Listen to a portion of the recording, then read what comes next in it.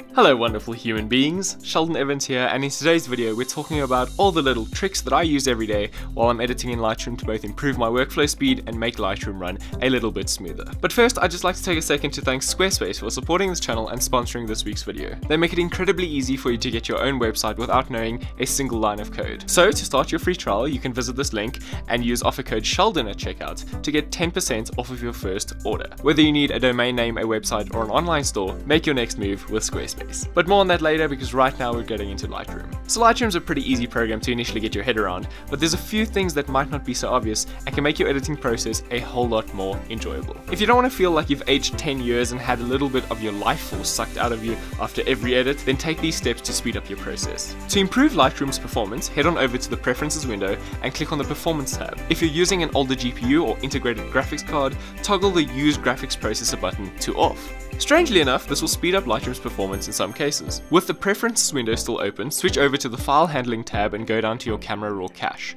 Increase this to 20 GB or more to dramatically increase the speed when you're working in your Develop module. Finally, if you've been using Lightroom for a while, you should optimize your catalog from time to time. Because, like most of us, Lightroom gets a little sluggish after a hard day's work.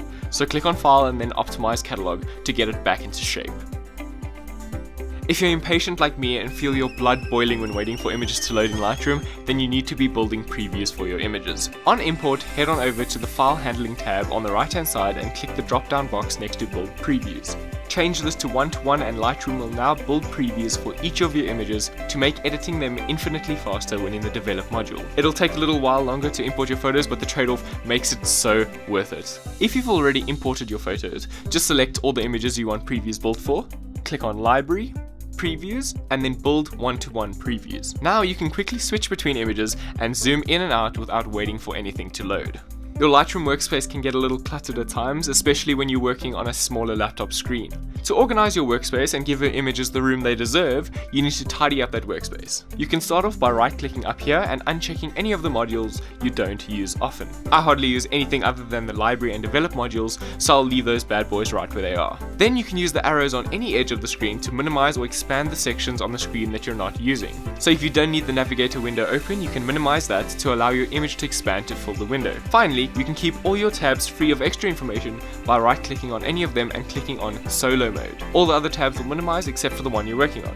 Bonus tip! Right-click on the Lightroom logo in the top left and click on Edit Identity Plate. Now you can have your own name or logo displaying in your Lightroom workspace. Now, when you pull out your laptop to show clients images or in a public place, everyone's going to think you're that much more professional. Or you can just use it to brag to your friends and pretend that you're actually going somewhere in life. Which you definitely are, don't worry. That's it, I hope you guys enjoyed this video. If you liked the video, don't forget to like the video, hit that subscribe button and turn on notifications to get notified every time I release a new tutorial. And as always, thank you guys so much for watching, and I shall see you in the next video. Cheers.